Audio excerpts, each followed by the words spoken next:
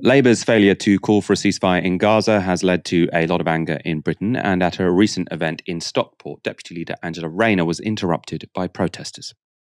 Thanks, Johnny. And look, Tameside's going to save the world. That's why us three are up here. But the change in this country has come when you take a place and asking and demanding for ceasefire. I lost my family in Gaza. Just a second, I want to show you my mom. I lost my family in Gaza. If the ceasefire taking place, I just say, you tell yourself as a feminist. What kind of feminist are you? I lose my member. I need my mom. That's the only thing I need. Where's your voice, Let me finish. I need my mom. Why are you not demanding for the ceasefire? Dragging away protesters, fine, right? You're interrupting an event. It's important that people have the right to make their point, but you can see why they're taken away so that the event can continue. Dragging away someone who is holding up photographs of family members who have been killed, presumably in the past 3 months in a war, right? How can you stand by and let that happen? A politician is supposed to be someone who's politically aware, who is aware of what's going on around them, of sort of the significance of events such as that. If you were remotely competent and or empathetic, you would say, okay, no, do not drag this guy away. I would have preferred you to have come up to me after the event, but this is someone who has lost family in Gaza. I'm sure we'll disagree on some things, but clearly you do have a right to talk. But they just stand there while there is a security guard dragging out someone who is showing a room full of people pictures of his dead family, right? It's just mind-blowing, right? What has happened to these people? Extraordinary. And like you say, Angela Rayner could have responded by saying, look, I don't think this is the right way to go about things, but I totally understand your pain. And the reality is that a Labour government will do more to avert this kind of suffering than the Conservatives will. You might not like what we're saying in opposition, but we have to look like a credible government, but we will stand for international law and we'll stand for, peace in that part of the world as quickly as possible. You could finesse it. You could, even if it's bullshit, that's what you would like to say. If you're a politician, that's what you're meant to do. And there's some truth to it, obviously. Labour's position is marginally better than the Conservative Party on this stuff. Although there's a range of opinion in the Conservative Party too, of course.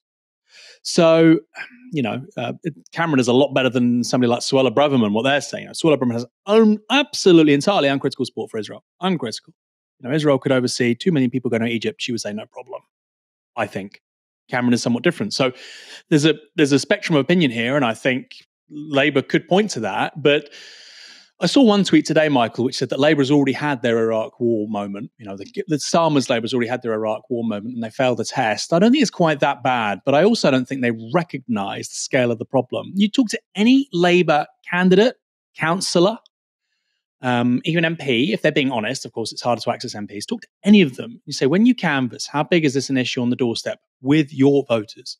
And they'll tell you it's pretty damn bad. Pretty damn bad. Does that mean lots of MPs will lose their seats because of it? Well, not really, because there's not an alternative. Many councillors will. And many prospective candidates won't win because of it. And many people will have smaller majorities than they otherwise should do. And that, Michael, does get through. When you have right-wing Labour councillors saying, I will lose my seat in May because of this. Luke Akehurst, I know you're a paid lobbyist for the interests of Israel, but please, I don't want to no longer be a councillor anymore. That stuff does cut through. So on the one hand, they're going to have to do better than this, Labour, right? And on the other hand, if they don't, it's a real problem for them, because that response you saw there from Rayner is why some of the people sitting there will be local Labour councillors. They will be losing their positions because of this response and the absence of a better one. You want to run the country, you've got to be honest and clear about how you will do things better. And I wrote a tweet about this, and I sincerely believe this, Michael. I sincerely believe Prime Minister Keir Starmer, and I prefer Labour to the Tories. I will vote for Labour over the Tories every day of the week.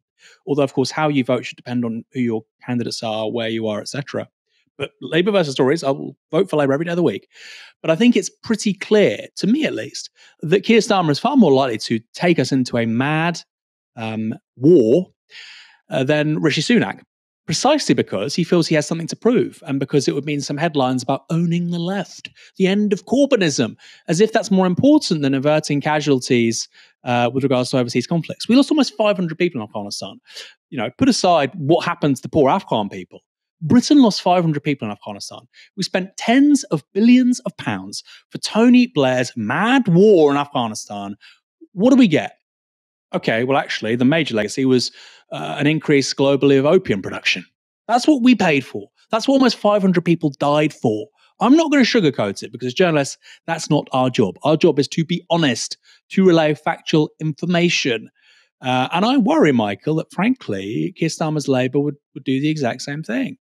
The last two mad conflicts this country was in, Iraq and Afghanistan, was under a Labour government. I don't think it's implausible it happens again. I think it's unlikely, partly because we simply can no longer afford those kinds of escapades. But I don't think it's implausible. And actually, if we were to see a repeat of something like Libya, not quite as bad, but generating horrific global consequences, in many ways as bad as Iraq, what happened in Libya, I think actually, again, that's more likely under Keir Starmer than under Rishi Sunak. And I don't say that lightly. That's a really important consideration. I've seen some people sort of in the comments saying, what was the woman shouting in that clip? Now, she was shouting sort of, you call yourself a feminist, Angela Rayner, and then sort of talking about the dire situation that women are in Gaza. That clip does, for clarity, go on for a sort of another minute or so. There were sort of 3 people that intervened. We just showed you that much of it because I thought it was that, the booting out of the guy with those pictures of his family that was most sort of powerful and actually most outrageous when it comes to the response from the security and the lack of response from the Labour politicians on stage. And standing next to Angela Rayner on stage was Jonathan Reynolds. Now, he's Shadow Business Secretary and a Vice Chair of Labour Friends of Israel. And these are some other members of that group with Israeli President Isaac Herzog. Now, the picture was taken just 2 weeks ago when Margaret Hodge, Ruth Smeeth, Christian Wakeford, and some other Labour MPs visited Israel to express their support for the war. Well, their pal, Isaac, came up in the International Court of Justice today as an example of an Israeli leader potentially encouraging genocide. On 12 October 2023, Mr. Isaac Herzog, President of Israel, stated, referring to Gaza, I quote, "We are working, operating militarily according to rules of international law, unequivocally. It is an entire nation out there that is responsible. It is not true, this rhetoric about civilians not aware, not involved. It is absolutely not true. They could have risen up. They could have fought against that evil regime which took over Gaza in a coup d'etat. But we are at war. We are at war. We are at war. We are defending our homes. We are protecting our homes. That's the truth. And when a nation protects its home, it fights. And we will fight until we break their backbone." End of quote.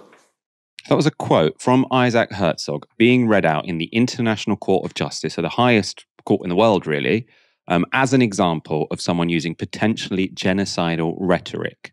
Now people have that reference. I want you to sort of look again at the grins on the faces of these Labour MPs who decided that they would take this sort of happy photo with the President of Israel, Isaac Herzog. So you can see Ruth Smeeth, you can see Margaret Hodge, Christian Wakeford, all really, really delighted to be there. Oh, what a nice jolly we're having in Israel. We're just here to express our support for Israel, yada, yada, yada. Just days before, the man they're having that sort of smiley photo with had used what the International Court of Justice now recognizes as potentially genocidal rhetoric about the Palestinian people. Like Labour MPs, oh, we're here to support Israel, la da da da da da. How nice this trip. It's completely, completely disgusting. How these people cannot be completely ashamed of themselves. Again, imagine, right? Imagine if you had a bunch of Labour MPs who, after Russia invaded Ukraine, and the ICJ with Russia actually also, gave a provisional ruling saying there's potential for genocide here. If after that you had a bunch of Labour MPs who took this smiling photo with Putin or Dmitry Medvedev, right? Can you imagine that? Can you imagine what the response would be? But when it comes to Israel, it's fine for them. Hey, we're just here. Israel, this is nice. Oh, with this nice man, Isaac Herzog, who's just made a statement which the International Court of Justice, recognizes potentially genocide. It's mind-blowing. It makes you feel like you're losing your mind, that this is seen as completely normal in respectable society in this country. They should all be ashamed.